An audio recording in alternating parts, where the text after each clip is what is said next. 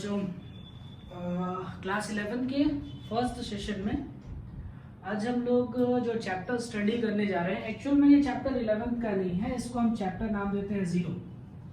ठीक है, हमारा टॉपिक है जीरो लेवल फिजिक्स। इस चैप्टर में मतलब करना है कि आपको 10th से 11th में जब हम शिफ्ट करते हैं तो काफी चीजें मैथमेटिकली हमें इंट्रोड्यूस करनी होती हैं। जैसे फिजिक्स में क्या होता है, बहुत सी नई चीजें मैथमेटिक्स के टर्म्स में वो चीजें 11th में यूज होती हैं, तो उनको कवर करने के लिए सबसे पहले आपको ये टॉपिक्स थोड़े कवर करने पड़ेंगे। देखो जैसे क्या है इन सभी में, ये किस क्लास के लिए स्टडी कर रहे हैं, एक्चुअली हम क्लास 11 में भी शिफ्ट नहीं कर रहे हैं, ये कह सकते हो क्लास 10.5 है, मतलब 10 से ऊपर 11 से नीचे। ये 11 के बेसिक्स के लिए ये सब चीजें करना बहुत जरूरी है। 11 का जो बेसिक्स है वो यहाँ से ही स्टार्ट होगा। आपको कौन कौन से टॉपिक्स पढ़ने हैं इस ब्रिज कोर्स में, इस कनेक्टिंग कोर्स में हम लोग ये टॉपिक पढ़ डालेंगे। ये एक ऐसा टॉपिक है जो आपको 10th को और 11th को आपस में इंटरलिंक करेगा। टॉपिक्स क्या, देखो ध्यान से। पहले तो आपको कोऑर्डिनेट ज्योमेट्री पढ़नी होगी।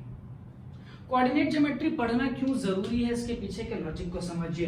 कोऑर्डिनेट ज्योमेट्री में एक चीज आप बहुत अच्छे से डिस्कस करोगे बेटा, वो है ग्राफ। फिजिक्स में ग्राफ का बहुत इंपॉर्टेंस है। ठीक है, चीजों को कैसे सिंप्लीफाई वे में हम रिप्रेजेंट कर सकते हैं, उसके लिए हमें ग्राफ थ्योरी की जरूरत पड़ती है। तो पहला जो टॉपिक हम पढ़ने आ रहे हैं वो है कोऑर्डिनेट ज्योमेट्री। थोड़ा थोड़ा आपने क्लास 10th में ऑलरेडी पढ़ रखा है, ठीक है, उसको थोड़ा सा और एडवांसमेंट में लेके जाएंगे। फिर ये सोचेंगे कि इस कोऑर्डिनेट ज्योमेट्री का फिजिक्स में क्या रोल आता है। ठीक है, उसके बाद एक इसी से मैथ्स के 2-3 टॉपिक्स और भी हैं, इसके अंदर ही आ जाएंगे, हम लोग लिंक करके पढ़ेंगे दोनों को। कोऑर्डिनेट ज्योमेट्री से एक लिंक्ड टॉपिक है वेक्टर, नाम कहीं सुना होगा। याद करो, दो तरह की फिजिकल क्वांटिटी होती है, एक होता है स्केलर और एक होता है वेक्टर। इन दोनों क्वांटिटीज को किस तरीके से अलग अलग टाइप से डील किया जाता है, उनके साथ मैथमेटिक्स की कुछ ऑपरेशन जैसे एडिशन, मल्टीप्लिकेशन, सब्सट्रैक्शन अगर हम करें तो स्केलर का अलग तरीके से आएगा, वेक्टर का बिल्कुल अलग तरीके से आएगा। मतलब देख लो तो फिजिक्स में दो तरह के एडिशन मिल जाएंगे आपको। ठीक है, तो वहां पर हमें वेक्टर को कवर करना है। फिर एक टॉपिक हमें पढ़ना है स्ट्रेट लाइन। एक्चुअल में क्या होगा, यहाँ पर मेनली हमें जो पढ़ना है वो पढ़ना है इक्वेशन ऑफ स्ट्रेट लाइन। ये भी क्लास 10th में आपने पढ़ रखा है। इक्वेशन ऑफ स्ट्रेट लाइन का जनरल फॉर्मूला आप जानते हैं, ax + by = c। ये स्ट्रेट लाइन का जनरल फॉर्मूला आपने ग्राफ फॉर्म में प्लॉट भी किया, बट इसको और अच्छे से डिटेल में लेकर के आएंगे। कोऑर्डिनेट ज्योमेट्री से हम स्ट्रेट लाइन को लिंक करेंगे। ठीक है, फिर देखो नेक्स्ट टॉपिक आपको जो पढ़ना है वो थोड़ा सा बेसिक ट्रिग्नोमेट्री पढ़नी है। ट्रिग्नो में क्या करना है, एक्चुअल में क्या होता है बेटा, फिजिक्स में आपको कंपोनेंट्स रिजॉल्व करने होंगे। कई जगह ऐसा है कि जैसे मतलब हॉरिजॉन्टल अलग, वर्टिकल की अलग स्टडी करनी होती है। इन सब जगहों पे कोऑर्डिनेट ज्योमेट्री की हेल्प से, थोड़ी सी कोऑर्डिनेट ज्योमेट्री की भी हेल्प ली जाती है और थोड़ी सी ट्रिग्नोमेट्री की हेल्प लेकर के हम रेजोल्यूशन का काम करते हैं। तो एक बेसिक ट्रिग्नोमेट्री थोड़ी सी पढ़नी जरूरी है। ठीक है, बायो वालों को भी सेम पैटर्न अभी तो फॉलो करना है। और एक लास्ट टर्म आएगा वो है कैलकुलस। कैलकुलस एक्चुअल में क्या है, ये 12th मैथ्स का पार्ट है, लेकिन इसके बिना आप फिजिक्स नहीं कर पाएंगे। जो सबसे ज्यादा प्रॉब्लमेटिक होती है, अगर फिजिक्स में बच्चे कई बार ये सोचते हैं सर फिजिक्स में क्वेश्चन को कैसे प्रोसीड करना है, कैसे उसमें चीजों में काम करना है, तो उनका ये वाला जो पार्ट होगा ना बेसिक का, ये बहुत वीक होता है कैलकुलस पार्ट, जिसके अंदर आपको डिफरेंशिएशन और इंटीग्रेशन पढ़ने हैं। थोड़े से अलग टॉपिक है ये, अभी तो आप जानोगे भी नहीं। जब डिफरेंशिएशन और इंटीग्रेशन पढ़ाऊंगा उसमें कुछ फॉर्मूले आपको याद करने होंगे। जो मेन पार्ट आएगा डिफरेंशिएशन और इंटीग्रेशन का वो है इनका एप्लीकेशन। फिजिक्स में उसको किस तरीके से हम अप्लाई करते हैं। ठीक है, तो हम आज से स्टार्ट कर रहे हैं अपना zero level physics, chapter number 0 है, 10.5 क्लास के लिए ये अप्लाइड है।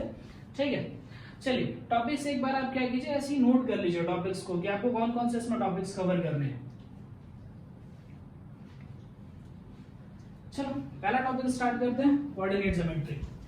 पहले उसका फिजिक्स में रोल आपको बता देता हूं, वहीं से हम वेक्टर को भी इंट्रोड्यूस करना स्टार्ट कर देंगे। देखो फिजिक्स में कुछ चीजें इंपॉर्टेंट होती हैं। एक होता है frame of reference. Frame of reference का मतलब होता है कि कोई ऑब्जर्वर कहां पर खड़े होकर के चीजों को ऑब्जर्व करे। जैसे फिजिक्स है क्या, तो फिजिक्स में आप करते क्या हो, जो भी आपके आसपास की चीजें होती हैं, जो भी नेचुरल फिनोमेना होती हैं, उसको आप ऑब्जर्व करते हो। ऑब्जर्व करने के बाद से आप उसकी स्टडी करते हो, उसका मैथमेटिक्स डेवलप करते हो और उस मैथमेटिक्स को आप अलग अलग जगह पर अप्लाई करके नए नए इन्वेंशंस करते हो। जैसे क्या होता है, फिजिक्स के एप्लीकेशन बहुत सारे हैं। जैसे एक सेमीकंडक्टर डिवाइस होती है, जैसे आपका मोबाइल फोन हो गया, कंप्यूटर हो गया, ये सारे के सारे सेमीकंडक्टर्स पे बने हैं। तो फिजिक्स की एक छोटी सी ब्रांच है जिसकी वजह से ये इतनी टेक्नोलॉजी हमारी डेवलप हो पाई है। ठीक है, मतलब सिंपल आपको ये करना है कि आपको फिजिक्स के लिए आसपास की चीजों को बहुत अच्छे से देखना है। आसपास की चीजों को देखो, उसको विजुअलाइज करो, उसके पीछे के मैथमेटिक्स को समझना जरूरी है। ठीक है, तो चलो सबसे पहली चीज हम जानते हैं कि कोऑर्डिनेट ज्योमेट्री का फिजिक्स में रोल कहां पर आता है। आप ग्राफ प्लॉट करना जानते हो बेटा। ग्राफ में देखो, एक्चुअल में आपने दो एक्सेस पढ़ रखे हैं, एक्स एक्सेस और वाई एक्सेस। थोड़ा इसको डीप कर लेते हैं, थोड़ा बहुत इसको पढ़ लेते हैं, उसके बाद मैं आपको एक नया एक्सेस भी इसमें बताऊंगा, जेड एक्सेस। ठीक है, फिजिक्स में हम 3D का यूज करते हैं, 3 कोऑर्डिनेट्स होते हैं। अभी तो ये सिंपल एक बोर्ड पे है, 2 डायमेंशनल रिप्रेजेंटेशन है। 2 डायमेंशन मतलब इसके 2 ही डायमेंशन है, एक एक्स एक्सेस है, दूसरा वाई एक्सेस है। ठीक है, चलो जरा ऐसे देखो, ये जो ओरिजिन होता है, ओरिजिन का मेन रोल क्या होता है। ओरिजिन वो प्लेस होती है जहां पर खड़े होकर के हम किसी सिस्टम की स्टडी करते हैं। जैसे मान लो, देखो फिजिक्स का किस तरीके से रोल आ रहा है। सपोज करो एक कार वाला है, ठीक है, ये कार वाला यहां से चलना स्टार्ट किया, यहां से चलना स्टार्ट कर रहा है और यहां से चलते चलते चलते चलते मान लो ये कुछ यहां तक पहुंच गया। ठीक है, तो ये इसकी कौन सी पोजीशन थी, इनिशियल। ये वाली कौन सी पोजीशन होगी, फाइनल। ठीक है, और अब मान लीजिए आप यहां पर खड़े हैं, ठीक है, आप इसको ऑब्जर्व कर रहे हो, तो जहां पर आप खड़े होते हो बेटा वही होता है ओरिजिन, उसको रिप्रेजेंट करते हैं 0 0 से। 0 0 वो प्लेस है जहां पर ऑब्जर्वर खड़ा हो करके पूरे सिस्टम की स्टडी करता है। मतलब अगर आपको यहां कोऑर्डिनेट्स बनाने हैं तो आपको इस तरीके से बनाना होगा, ये हो गया आपका एक्स एक्सिस और ये हो गया आपका वाई एक्सिस, जहां ओरिजिन पे आप खड़े हैं। थोड़ा सा ग्राफ का इंपॉर्टेंस फिजिक्स में दिख रहा है। अब देखो मतलब क्या हुआ, इसका कोई ना कोई कोऑर्डिनेट होगा ना बेटा, इसका भी कोई ना कोई कोऑर्डिनेट होगा। ठीक है, मान लो इसका कोऑर्डिनेट हम मानते हैं x1 y1 और इसका कोऑर्डिनेट मानते हैं x2 y2। ठीक है, देखो ओरिजिन से अगर इस पॉइंट को मिला दूं, ये वाले पॉइंट को मिला दिया जाए ओरिजिन से, ये वाली लाइन जो है, ये जो लाइन हमने ऐसे मिला दी है, ये बता रही है line initial position of car. उस कार की इनिशियल पोजीशन क्या है। ठीक है, ऐसे ही सोचो अगर ये वाली लाइन में उस कार को इस तरीके से मिला दूं, तो ये वाली लाइन जो है ये बताएगी फाइनल पोजीशन ऑफ कार। जरा सोचो ये वाली लाइन क्या बताएगी। कार यहां से चलना स्टार्ट हुई, यहां पहुंच गई, 9th में पढ़ रखा है, इसको कहते हैं डिस्प्लेसमेंट। 9 में पढ़ रखा है ना, इसको क्या कहा जाता है, डिस्प्लेसमेंट। अब देखो कोऑर्डिनेट ज्योमेट्री का यूज करके फिजिक्स किस तरीके से आपको काम आ रहा है। अगर मैं कहूं कि बताओ इस कार का डिस्प्लेसमेंट कितना हुआ, तो यही तो हुई डिस्प्लेसमेंट। डिस्प्लेसमेंट क्या होता है, shortest distance between initial and final point. तो ये आपका इनिशियल पॉइंट है, ये आपका फाइनल पॉइंट है और इसके बीच की ये शॉर्टेस्ट डिस्टेंस है। और ये डिस्टेंस निकालने के लिए आप क्या कर सकते हैं, डिस्टेंस फॉर्मूले का यूज कर सकते हो। तो डायरेक्ट यहां से मैं डिस्प्लेसमेंट लिख सकता हूं। डिस्प्लेसमेंट क्या लिखूंगा बेटा, under root x2 minus x1 का square plus y2 minus y1 का स्क्वायर। डिस्टेंस फॉर्मूला ऑलरेडी आप पढ़ चुके हो क्लास 10th में, बहुत सिंपल सी चीज है। ठीक है, देखो इस कोऑर्डिनेट का कितना प्यारा सा एप्लीकेशन आ गया फिजिक्स में। यही चीजें आपको समझनी होती हैं हर जगह। जैसे मैंने यहां पर कार बना दिया, 2 मास बना सकता था, 2 चार्ज बना सकता था, तो फिजिक्स के अलग अलग ब्रांचेस में इस कोऑर्डिनेट सिस्टम का अपना अलग रोल आता है। ठीक है, देखो ये बात थोड़ी सी दिमाग में बैठी। इसमें क्या है, आप कर क्या रहे हो, जरा ध्यान से सोचना। आपको पहले ओरिजिन को डिसाइड करना होगा कि ओरिजिन कहां पर है, क्या है, ठीक है। ओरिजिन वो प्लेस होती है जहां पर ऑब्जर्वर खड़ा है। मान लो यहाँ पर एक ऑब्जर्वर खड़ा है और एक कार यहाँ से ट्रेवल करके यहाँ तक चल रही थी, तो ये कार की कौन सी पोजीशन हो गई, इनिशियल। ये कार की कौन सी पोजीशन हो गई, फाइनल। अगर मैं इनिशियल से फाइनल को मिला दूं तो shortest distance between initial and final उसको कहा जाता है डिस्प्लेसमेंट। डिस्प्लेसमेंट निकालने के लिए आप डायरेक्ट डिस्टेंस फॉर्मूले का यूज कर सकते हैं। तो ये जो कोऑर्डिनेट हो गया ये फिजिक्स में आकर के लिंक हो गया, ठीक। ये आपने ऑलरेडी क्लास 9-10 में पढ़ रखा है। हम जो फिजिक्स में अब करने जा रहे हैं थोड़ा सा चेंज के साथ करने जा रहे हैं। चेंजेस क्या कर रहे हैं, हम सिर्फ 2 एक्सेस की बात नहीं करेंगे। एक्चुअल में हमें क्या करना होता है, हमें 3 एक्सेस की बात करनी होती है। जैसे आप 3 एक्सेस अगर ऑब्जर्व करना चाहो तो जो कॉर्नर होता है ना किसी भी रूम का, अगर कॉर्नर देखो, जैसे देखो मान लो ऐसे कोई भी क्यूबॉइड ले लो, कोई भी रूम ऐसे सोचो, ठीक है, ऐसे रूम के बारे में सोचते हैं। तो ये जो रूम होता है या कोई अगर हम बॉक्स कंसीडर करते हैं तो ये 3 डायमेंशनल शेप होता है। 3 डायमेंशनल शेप होने का मतलब उसके लेंथ होगी, उसकी ब्रेथ होगी और उसकी हाइट होगी। जैसे यहाँ पर क्या है, यहाँ पर एक 2 डायमेंशनल फ्लैट सरफेस है, इसकी लेंथ है, इसकी ब्रेथ है। इसकी हाइट के बारे में हम डिस्कशन नहीं कर पाएंगे। अगर आपको z एक्सिस देखना है तो z एक्सिस ये रहे, देखो ये x एक्सिस, ये y एक्सिस और ये z एक्सिस। तो अब ये चीज तुमने मैथ्स में ऑलरेडी पढ़ रखी है, डिस्टेंस फार्मूला ऑलरेडी मैथ्स में पढ़ रखे हो। हम फिजिक्स में एक नया एक्सेस इंट्रोड्यूस इसलिए करने जा रहे हैं क्योंकि फिजिक्स में जनरली हम 3 डायमेंशन में स्टडी करते हैं। अब जैसे देखो मान लो ये क्लासरूम है, ये क्लासरूम के ये कॉर्नर से मान लो मैं ये पॉइंट बोलूं यहाँ पर, तो इस पॉइंट की क्या है, इधर से हाइट है, ठीक है, इस वॉल से डिस्टेंस है और इस बोर्ड से डिस्टेंस है। तो कितने एक्सेस बन रहे हैं, जैसे समझ लो ये x एक्सिस, ये y एक्सिस और ये वाला z एक्सिस। तो कितने कोऑर्डिनेट बने, 3। तो यहां पर भी आप देख सकते हो बेटा, ये देखो ये आपका बना x एक्सिस, ये वाला बन रहा है y एक्सिस और ये वाला बन रहा है z एक्सिस, ठीक है। तो फिजिक्स में कितने कोऑर्डिनेट्स आने वाले हैं बेटा, 3। अब यहाँ पर डिस्टेंस फॉर्मूला थोड़ा सा चेंज होता है। जैसे डिस्टेंस फॉर्मूला ऑलरेडी आपने पढ़ रखा है, ये x2 - x1 का स्क्वायर, y2 - y1 का स्क्वायर। अगर एक z कोऑर्डिनेट आ जाता है तो बस उसमें ये होता है z2 - z1 का स्क्वायर। ये फॉर्मूला इस तरीके से चेंज हो जाता है, x2 - x1 का स्क्वायर प्लस y2 - y1 का स्क्वायर प्लस z2 - z1 का स्क्वायर, ठीक है। ये थोड़ा सा दिमाग चला इसका कोऑर्डिनेट सिस्टम का। अच्छा मान लो इससे रिलेटेड मैं एक आपको क्वेश्चन कराता हूं, डिस्टेंस डिस्प्लेसमेंट आपको ध्यान है बेटा। डिस्टेंस डिस्प्लेसमेंट पे ही रिलेटेड कोऑर्डिनेट सिस्टम को इंट्रोड्यूस करके क्वेश्चन को जरा सॉल्व करने की कोशिश करते हैं। चलिए क्वेश्चन देखते हैं थोड़ा सा।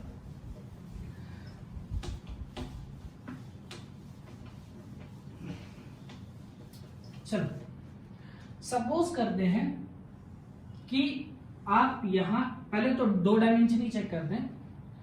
ये x एक्सिस हो गई बेटा, ये y एक्सिस हो गई और यहां पर आप खड़े हैं, ठीक है। एक कोई इंसेक्ट है या फिर ऐसे फर्श को आप देख रहे हो, ठीक है, फर्श को देख रहे हो, तो यहां पर खड़े होकर के आप फर्श को ऑब्जर्व कर रहे हो। मान लो एक इंसेक्ट है, वो इंसेक्ट यहां से चल के यहां तक पहुंचा, फिर यहां से चल के यहां तक गया, ठीक है।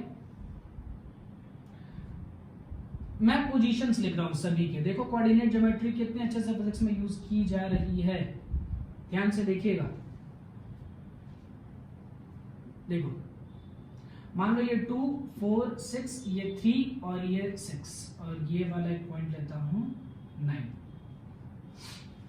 ठीक है। इंसेक्ट ने यहां से चलना स्टार्ट किया, यहां से चल के यहां पहुंचा, फिर यहां से चल के यहां लगा गया। अब मैं आपसे पूछूं कि इसी क्वेश्चन में आप मुझे डिस्टेंस एंड डिस्प्लेसमेंट फाइंड करके दीजिए।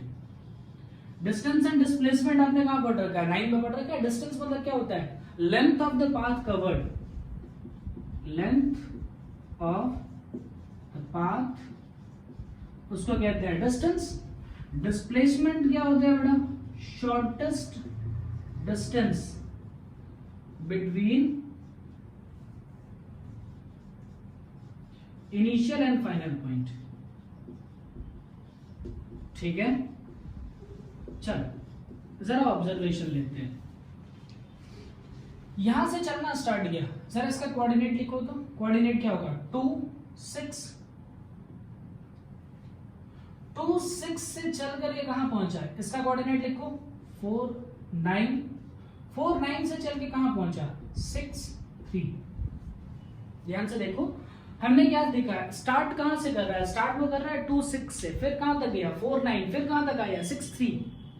अब आपसे कह रहा है कि डिस्टेंस निकालो। चलो इस पॉइंट को मानते हैं ए, इस पॉइंट को मानते हैं बी और इस पॉइंट को मानते हैं सी। डिस्टेंस निकालना कितना सिंपल काम है, देखो ध्यान से। डिस्टेंस निकालने के लिए मैं क्या करूं, ए बी को और बी सी को ऐड कर दूं, मतलब ए बी वाली डिस्टेंस निकाल लूं और बीसी वाली डिस्टेंस निकाल के दोनों को जोड़ दूं। दोनों को डिस्टेंस निकालने के लिए किसके फॉर्मूले का यूज करना पड़ेगा आपको, एबी और बीसी के डिस्टेंस निकालने के लिए क्या यूज करना पड़ेगा, डिस्टेंस फॉर्मूला यूज करो। तो एबी के लिए क्या लिखोगे बेटा, अंडर रूट x2 - x1 का स्क्वायर यानी 4 - 2 का स्क्वायर प्लस 9 - 6 का स्क्वायर। ठीक है क्या, ये पहले से पढ़ रखे हमने। ये x2 - x1 का स्क्वायर, y2 - y1 का स्क्वायर प्लस, अगर BC के लिए देखो तो अंडर रूट BC के लिए क्या हो जाएगा, x2 - x1 का स्क्वायर, y2 - y1 का स्क्वायर यानी 6 - 4 का स्क्वायर प्लस 3 - 9 का स्क्वायर। चलो यहां से कैलकुलेशन आप कर सकते हो, कैलकुलेशन करके आप यहां से डिस्टेंस बहुत इजीली लिख सकते हो। ठीक है, चलो अगर हम बात करते हैं डिस्प्लेसमेंट की, अगर हम बात करते हैं डिस्प्लेसमेंट की, तो डिस्प्लेसमेंट कैसे लिखोगे, डिस्प्लेसमेंट क्या होता है, shortest distance between initial and final point. तो यही तो हुई डिस्प्लेसमेंट, देखा, यानी आपकी जो डिस्प्लेसमेंट आएगी वो डिस्प्लेसमेंट कौन सी होगी, वो डिस्प्लेसमेंट होगी AC। लिख लो AC कैसे लिखोगे, डिस्टेंस फॉर्मूले से अंडर रूट x2 - x1 का स्क्वायर यानी 6 - 2 का स्क्वायर प्लस 3 - 6 का स्क्वायर। तो देखो कितना खूबसूरती से हमने कोऑर्डिनेट ज्योमेट्री को यूज करके उसको फिजिक्स में अप्लाई करके डिस्टेंस एंड डिस्प्लेसमेंट आपसे कैलकुलेट करा ली। ठीक है, इसी तरीके के कोऑर्डिनेट्स का यूज कर करके हम बहुत सारे क्वेश्चन करेंगे। ठीक है, चलो पहले इसको नोट कर लो, इसको एक बार सॉल्व कर लीजिए, आगे देखिए डिस्टेंस कितना आ रहा है, डिस्प्लेसमेंट कितना आ रहा है। चलिए सेकंड पॉइंट हम जो देखने चल रहे हैं वो है ग्राफ। ध्यान से सुनना, आपको कोऑर्डिनेट का यूज समझ में आया, कैसे डिस्टेंस फॉर्मूले को आप लेकर के डिस्टेंस डिस्प्लेसमेंट में यूज कर सकते हैं, मतलब कोऑर्डिनेट ज्योमेट्री का कैसे यूज हमने फिजिक्स में किया। कोऑर्डिनेट ज्योमेट्री से ही अब डिराइव्ड है हमारी ग्राफ थ्योरी। ग्राफ ऑलरेडी आपको थोड़ी बहुत चीजें 9th में पढ़ा रखी है, एक बार हम रिवाइज कर लेते हैं फटाफट। ग्राफ में एक्चुअल में कितनी चीजें हमें डिस्कस करनी होती थी, सिर्फ 2। ग्राफ में सिर्फ 2 चीजें डिसाइड होती थी, एक होता था बेटा स्लोप और दूसरा रहता था एरिया। जैसे मान लो एक पॉइंट यहां पर है, इस पॉइंट से इस पॉइंट की बात करते हैं, देख रहे हैं ऐसे स्लोप, मतलब जैसे आपका स्लोप क्या होगा, इंक्रीजिंग डिक्रीजिंग या फिर कांस्टेंट, ऐसा स्लोप आ सकते हैं। जैसे इसमें क्या है, ये कोई भी ऑब्जेक्ट है वो कहां जा रहा है, ऐसे नीचे जा रहा है, तो इसको कहते हैं डिक्रीजिंग स्लोप। इसको क्या पढ़ेंगे, इंक्रीजिंग स्लोप। ये वाला टर्म क्या हो जाएगा, यहां पर स्लोप की वैल्यू हो जाएगी 0।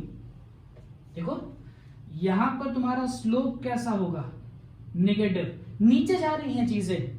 ठीक है, ढलान है, ऐसे नीचे चलती जा रही है गाड़ी, इसका स्लोप नेगेटिव है। ऊपर चढ़ रही है गाड़ी, इसका मतलब यहां पर जो स्लोप है वो पॉजिटिव है। अब रोड ऐसे एकदम फ्लैट है, ना तो ऊपर जा रही है ना तो नीचे जा रही है, मतलब उसमें कोई स्लोप है ही नहीं, यानी वहां पर स्लोप की वैल्यू कितनी है, 0। ठीक है, स्लोप का मतलब समझा दिया था। ठीक, फॉर्मूला स्लोप का आपको आई थिंक पता है, कई बार बताया बेटा, change in y divided by change in x। जिनको नहीं याद है बेटा वो याद कर ले। स्लोप के लिए ये फॉर्मूला होता है, 9th में भी एक बार पढ़ चुके हैं हम। स्लोप के लिए क्या होता है, change in y divided by change in x। ऐसे ही याद रखना है, change in y divided by change in x। कैसे कैलकुलेशंस करते हैं, देखो स्लोप का कैलकुलेशन पहले आपको सिखाता हूं, स्लोप कैसे कैलकुलेट करते हैं, क्या क्या फर्क पड़ता है उसमें। मान लो इसके हम कोऑर्डिनेट्स लिखते हैं, सिर्फ ये वाला पॉइंट ले 2 4, ये कुछ ले लेते हैं, ये भी ले लो 2, ये ले लो यहां से 4। ठीक है, इसके इनिशियल पॉइंट को देखा जाए तो ये आपका इनिशियल पॉइंट होता है, इसका कोऑर्डिनेट लिखिए तो x की वैल्यू 2, y की वैल्यू 4, तो इसका कोऑर्डिनेट क्या हुआ 2 4। इसका कोऑर्डिनेट लिखो x की वैल्यू 4, y की वैल्यू 2, तो इसका कोऑर्डिनेट हो गया 4 2। ठीक है, यहां पर जो लिखा है ना x1 y1 x2 y2, इसका मीनिंग है बेटा x1 y1 जो है ये है आपका इनिशियल पॉइंट। ठीक है, और अगर मैं लिख रहा हूं x2 y2 तो ये जो पॉइंट है ये आपका है फाइनल पॉइंट। ठीक है, x1 y1 कौन सा पॉइंट है इनिशियल, x2 y2 कौन सा है फाइनल। मतलब यहां से स्टार्ट हो रहा है तो ये वाला पॉइंट हमारा, ये जो पॉइंट है ये कौन सा हो गया इनिशियल, और ये वाला पॉइंट कौन सा हो गया फाइनल। तो फटाफट बताओ इनिशियल की वैल्यू कितनी है 2 4, फाइनल का लिखो क्या है 4 2। ठीक है, हम स्लोप लिखते हैं, स्लोप लिखिए इसका, स्लोप इज इक्वल टू क्या हो जाएगा, देखो change in y divided by change in x, यहां से मर्ज करो x1 की वैल्यू कितनी मिलेगी 2, y1 की वैल्यू कितनी होगी 4, x2 की वैल्यू कितनी होगी 4, y2 की वैल्यू कितनी होगी 2। चलो वैल्यूज डाल करके देखते हैं। स्लोप इज इक्वल टू है y2 minus y1 divided by x2 minus x1।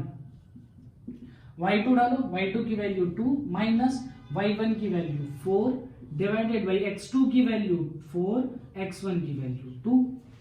ऐसे सॉल्व कीजिए कितना आएगा -2 डिवाइडेड बाई 2, सॉल्व करने पर आएगा बेटा -1। क्या बताया था इस लाइन की स्लोप कैसी है, नेगेटिव ही तो है, देखो स्लोप नेगेटिव आया क्या। ठीक है, ऐसे ही आप चेक कर सकते हो, जैसे मान लो मैं इसको ये वाली लाइन स्टडी कराता हूं, ये वाली, ठीक है इसकी स्टडी कराता हूं। ये वाला पॉइंट जो है सपोज करो इसका कोऑर्डिनेट लिखता हूं 6 8 और यहां का कोऑर्डिनेट लिखता हूं 6। ठीक है, ये सॉल्व हो गया, इसको जाने देता हूं। ठीक है, चलो अब जरा देखते हैं, ध्यान से सुनना। मैं स्टडी कौन से लाइन की कर रहा हूं, जैसे देखो ये मान लो ए बी था तो ये हमने किसके लिए स्लोप निकाला फॉर ए बी। मान लो बी से सी पे आते हैं। ठीक है, तो ध्यान से सुनते चलिएगा बेटा, बीसी। ठीक है, बीसी में इनिशियल कौन सा हो जाएगा बी और फाइनल कौन सा हो जाएगा सी।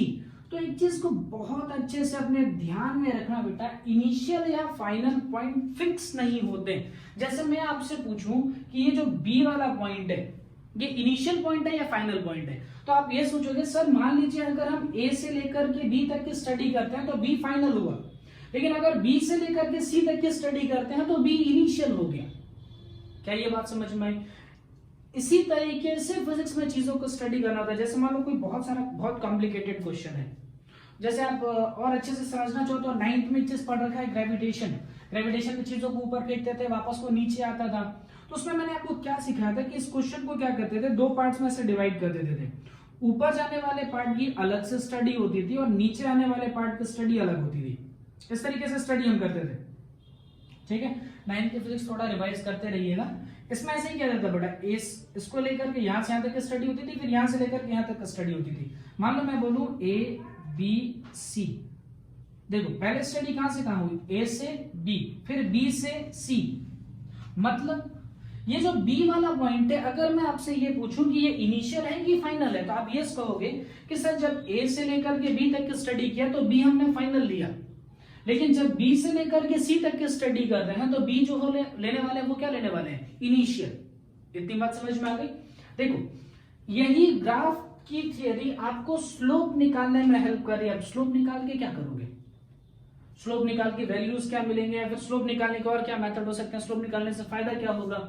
चलो इनका डिस्कशन तो थोड़ा आगे करेंगे कि इन स्लोप निकालने का फायदा क्या होगा, लेकिन एक बहुत छोटा सा ऑब्जर्वेशन मैं आपको बता रहा हूं, उसको बहुत ध्यान से देखना। देखो मान लो ये वाला पॉइंट है x1, ये पॉइंट है x2, यहां पर एक पॉइंट है y1 और यहां पर एक पॉइंट है y2। ठीक, ये एक लाइन है, ध्यान से सुनते चलना।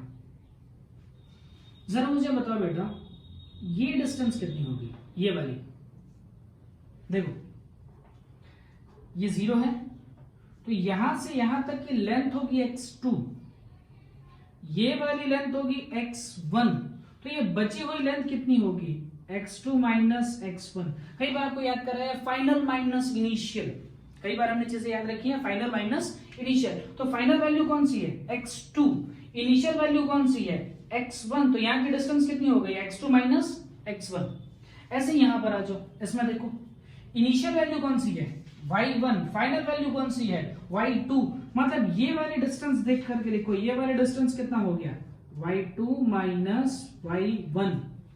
अच्छा, जिनको ऐसी प्रॉब्लम आ रही है वो क्या कर सकते हैं, वैल्यूज ले लो, जैसे वैल्यूज लेने मतलब क्या करो, यहां पर मान लो 2, ये वाला मान लो 6, ठीक है।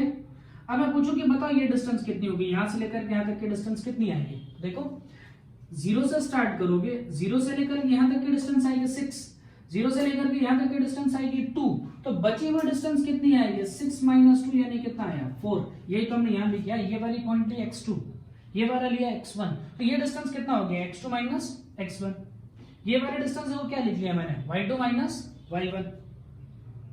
अच्छा, स्लोप जरा देखो तो, स्लोप के लिए फॉर्मूला क्या होता था, y2 minus y1 divided by x2 minus x1। क्या ये एक राइट एंगल ट्रायंगल दिख रहा है, जरा देखो तो ये एक राइट एंगल ट्रायंगल दिखा, ठीक। अगर हम इसको थीटा लिखें, ये वाला एंगल अगर हम थीटा लिखते हैं तो ये हो गया बेस और ये वाला हो गया परपेंडिकुलर। देखो y2 माइनस y1 क्या हो गया आपका परपेंडिकुलर और नीचे वाला क्या हो गया बेस, परपेंडिकुलर अपॉन बेस, इसको क्या लिखा जा सकता है tan थीटा, ठीक है। तो कई बार आपको स्लोप कैलकुलेट करने के लिए छोटा सा ट्रिग्नोमेट्री का कॉन्सेप्ट भी यूज करना पड़ता है, ठीक है। ध्यान रहे एक चीज का बहुत इंपॉर्टेंस ध्यान रखिएगा बेटा, थीटा किसके बीच में मेजर किया है, एक तो चलो ये लाइन है जिस लाइन का हमें स्लोप निकालना था, दूसरा है ये जो लाइन तुमने ड्रॉ किया है ये पॉजिटिव एक्स एक्सिस है, तो ध्यान से समझिएगा थीटा जो है ये मेजर किया जाता है from positive x axis, positive x axis इसको मेजर करते हैं। अच्छा, तो इस स्लोप को पढ़ने का इंपॉर्टेंस क्या समझ में आएगा वो देखो एक बार, क्यों पढ़ रहे हैं इसको, लॉजिक क्या है इसका। मान लो मैं ऐसा कहूं, दो लाइन, ऐसे दो लाइन हमने बना दिया, एक ये लाइन हो गई और एक ये लाइन हो गई, देखा, ये हो गया अपना एक्स एक्सिस, ये हो गया वाई एक्सिस, इस वाले लाइन को नाम दो ए बी, इस वाले को नाम देता हूं सी डी। मैं कहता हूं कि बताओ कि ये ए बी और सी डी आपस में पैरेलल है या नहीं, तो ये कैसे पता चलेगा। एक बात सोचो, अगर मैं ए बी का स्लोप निकालूं, स्लोप ऑफ ए बी का स्लोप निकाला जाए, ठीक है, तो स्लोप इज इक्वल टू क्या होता है बेटा, देखो tan थीटा, और थीटा कहां से मेजर किया जाएगा, measured from positive x axis, तो ये एक्सिस हो गया, यहां से अगर मैं मेजर कर रहा हूं तो ये हो गया थीटा, मान लो थीटा 1 दिखता हो तो ये tan थीटा 1 हो गया, ठीक है। ऐसे ही अगर मैं लिखूं स्लोप ऑफ सी डी, वो क्या लिखना पड़ेगा, tan कौन सा एंगल, देखो पॉजिटिव एक्स एक्सिस के साथ में बनने वाला एंगल यानी ये वाला, सपोज करो ये थीटा 2, तो स्लोप ऑफ हमने सी डी लिखा tan थीटा 2। सोचो अगर मैं कहूं A B is parallel to C D, A B और सी डी अगर एक दूसरे के पैरेलल हैं, ये दोनों एक लाइन ऐसे पैरेलल और एक लाइन उसको इंटरसेक्ट कर रही है, इसका मतलब थीटा 1 और थीटा 2 की वैल्यू आपस में क्या होनी चाहिए, इक्वल ही तो होनी चाहिए, तभी वो दोनों लाइन आपस में कैसे आएंगे, पैरेलल। यानी स्लोप ऑफ ए बी हो जाएगा tan theta, slope of C D हो जाएगा tan थीटा, यानी दो लाइन का अगर स्लोप बराबर है, इक्वल है, तो दोनों लाइन आपस में कैसी होंगी, पैरेलल, ठीक है।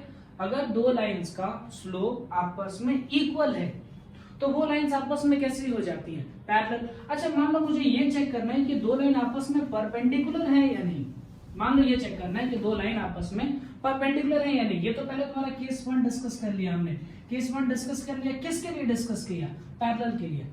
सर केस 2 डिस्कस करते हैं, वो केस हम डिस्कस करते हैं परपेंडिकुलर के लिए। मान लो देख डायग्राम बनाता हूं केस 2 के लिए। मान लो